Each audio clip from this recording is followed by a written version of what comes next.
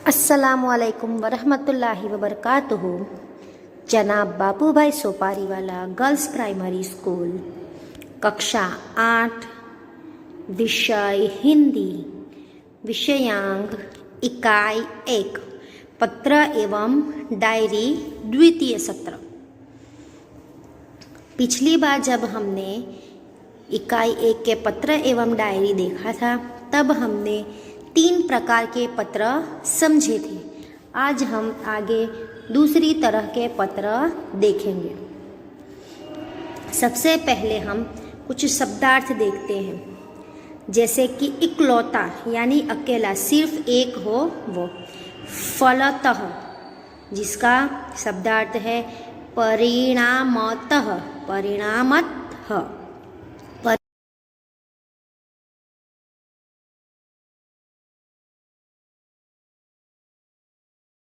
आपको सुंदर स्वच्छ अक्षरों में जोड़ने का ध्यान रखते हुए हिंदी की कॉपी में कितनी बार लिखना है?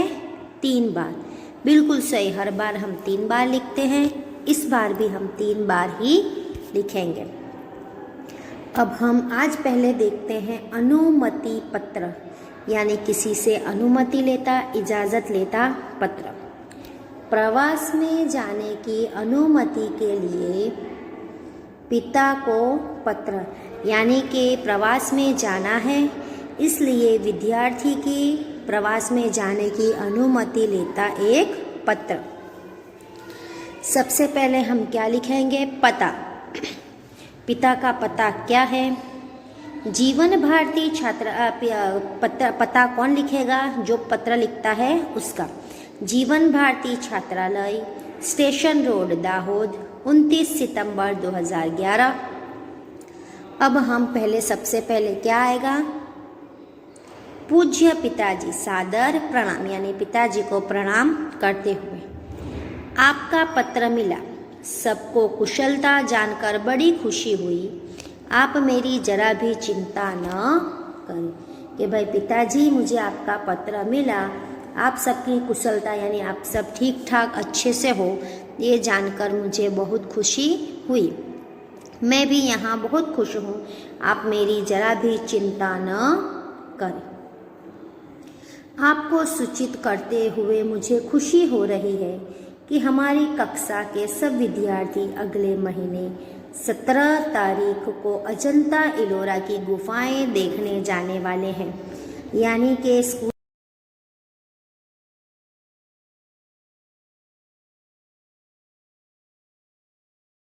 प्रवास में सम्मिलित होना चाहता हूँ, यानी कि मैं भी इस प्रवास में जाना चाहता हूँ। स्कूल बस की व्यवस्था की गई है, यानी स्कूल तरफ से स्कूल बस की व्यवस्था की गई है।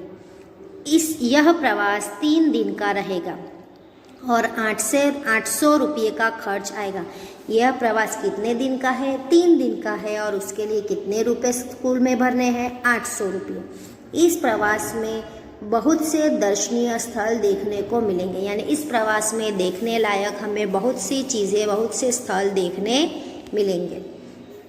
मेरे सभी साथी मनीष, साहिल, श्रेया, जाकिर, वहीदा, गुरमीत और डेविड भी इस प्रवास में जाने वाले हैं, यानी कि अपना कौन कौन सा मित्र जाने वाला है वह भी उसने इस पत्र में बताया है। मैं भी इस प्रवास में शामिल होना चाहता हूँ, यानी कि मैं भी इस प्रवास पर जाना चाहता हूँ। आप पत्र द्वारा इस प्रवास के लिए मुझे अनुमति देने और 800 रुपये मनी ऑर्डर से भेजने की कृपा करें, यानी आप मेरे लिए मनी ऑर्डर से 800 रुपये और प्रवास में जाने की अनुमति भेजें। पूजनीय माता जी को सादर प्रणाम, सोनल को प्यार। आपका आज्ञाकारी पुत्र रमेश, यानी रमेश अपने पिताजी को संबोधित करता है कि आपका आज्ञाकारी पुत्र रमेश। ये क्या था? एक अनुमति पत्र, यानी अनुमति, इजाज़त मांगता पत्र। अब हम दूसरा पत्र देखेंगे, प्रार्थना पत्र, यानी कि किसी से प्रार्थना करता हूँ।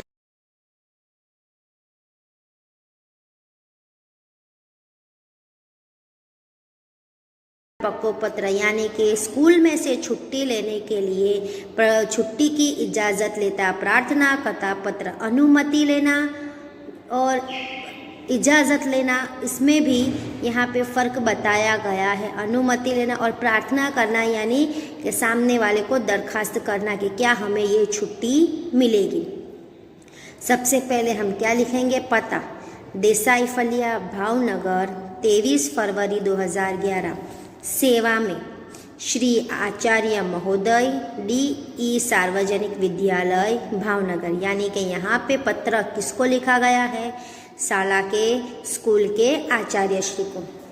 सबसे पहले हम आदरणीय संबोधन करेंगे। आदरणीय गुरुदेव यानी आचार्य श्री, सविनय निवेदन है कि मेरी बहन की शादी आगामी 27 तारीख को निश्चित की गई है, यानी कि बहन की शादी के लिए अनुमति मांगता पत्र, प्रार्थना का अनुमति की प्रार्थना करता पत्र। यहाँ पे पत्र कौन लिख रहा है, मनोज। मनोज अपनी कक्षा के आचार्य श्री से कहते हैं कि भाई आने वाली 27 तारीख को मेरी बहन की शादी तय हुई है। मैं उसका इकलौता भाई हूँ, यानी कि मेरी बहन का सिर्फ मैं एक ही भाई हूँ। हम लोगों के यहाँ शादी की कितनी धूम रहती है इससे तो आप अनजान नहीं है, यानी आपको पता ही है कि शादी में कितनी धूम होती है। फलतः साथ भेज रहा हूँ, परिमाण यानी कि शादी का कार्ड भी भेज रहा हूँ। आशा है आप मुझे यह अवकाश प्रदान करने की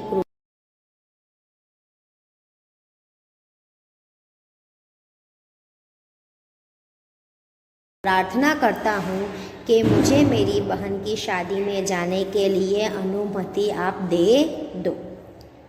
इसके लिए मैं सदैव आपका कृतज्ञ रहूँगा, यानी आपका आभारी रहूँगा।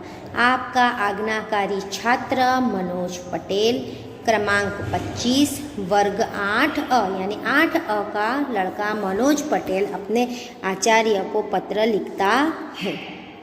अब ये था हमारा प्रार्थना पत्र। अब हम दूसरा पत्र देखेंगे, कार्यालयी पत्र। कार्यालय यानी ऑफिस में, किसी कार्यालय में ऑफिस में भेजा जाने वाला पत्र। स्वास्थ्य अधिकारी को गंदगी के बारे में शिकायती पत्र, यानी कि गंदगी होने के कारण जो शिकायत दर्ज करनी थी उस शिकायती पत्र हम कहाँ लिखेंगे, कार्यालय में। वह कार्यालय पत्र सबसे पहले तारीख 20 मई 2011, सेवा में स्वास्थ्य अधिकारी महोदय, महानगर पालिका बड़ौदा। एड्रेस के बाद सबसे पहले हम आदर से बोलेंगे मान्यवर, उसके बाद हम देखते हैं सविनय निवेदन है कि मैं गायत्री मोहल्ले में रहता हूँ। यह मोहल्ला पिछले कई दिनों से ठीक से साफ नहीं हो रहा है। आजकल शादी का मौसम है, रास्ते पर गंदगी फैली है। पास के कूड़ेदान यानी डस्टबिन में सब जूठन डाल जाते हैं, यानी कि यहाँ पे गायत्री मोहल्ले से पत्र लिखा जा रहा है कि बड़ौदा के गायत्री मोहल्ले में बहुत गंदगी है और शादी के सीज़न होने के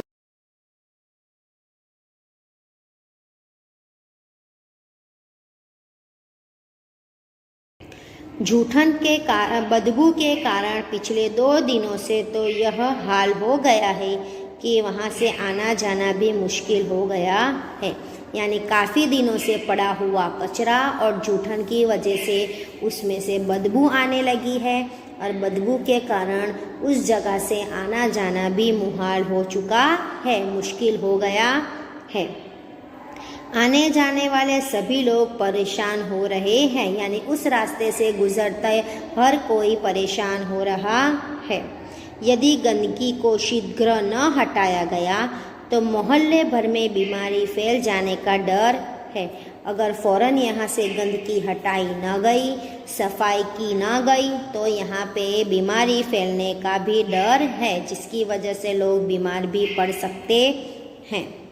आशा है आप शीघ्र ही उसे हटवाने की व्यवस्था करेंगे। यानी कि पत्र लिखते हुए बोलता है सुरेश भाई बताते हैं कि आशा करता हूँ कि आप जल्द ही इसे हटवाने की व्यवस्था करेंगे, जल्द से जल्द आप ये कूड़ा यहाँ से हटवा देंगे। आपका विनम्र सेवक सुरेश भाई परमार, गायत्री मोहल्ला, बड़ौदा।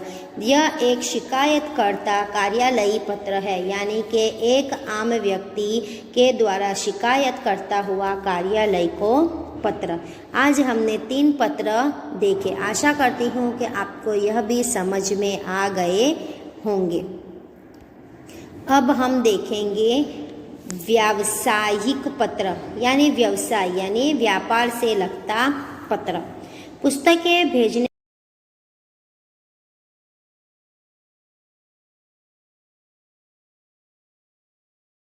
हुआ पत्र।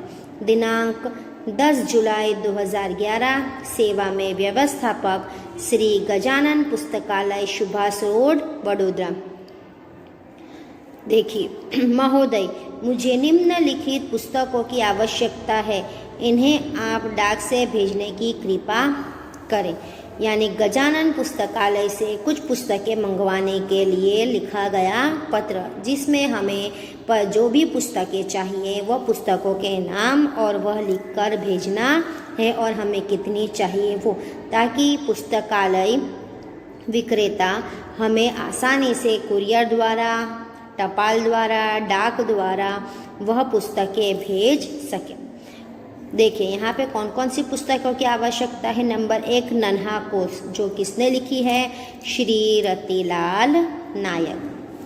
नंबर 2 नालंदा विशाल शब्द सागर, जो श्री नवल जी की है। नंबर 3 बृहद हिंदी शब्दकोश, यह कविता के यह पुस्तक के लेखक हैं डॉक्टर श्याम बहादुर वर्मा और डॉक्टर धर्मेंद्र शर्मा। और चौथी पुस्तक है साहित्यिक मुहावरा लोकोकित कोश, जो लिखी गई है हरिवंश राय शर्मा की ओर से। कृपया उपरोक्त पुस्तकें उचित कमीशन काटकर शीघ्र ही बीपीपी से भेजें। भवदीय प्रतीक्षा, शांति भवन, MG रोड, राजकोट 360001। हमारे यह पत्र यहीं पे पूर्ण होते हैं। धन्यवाद।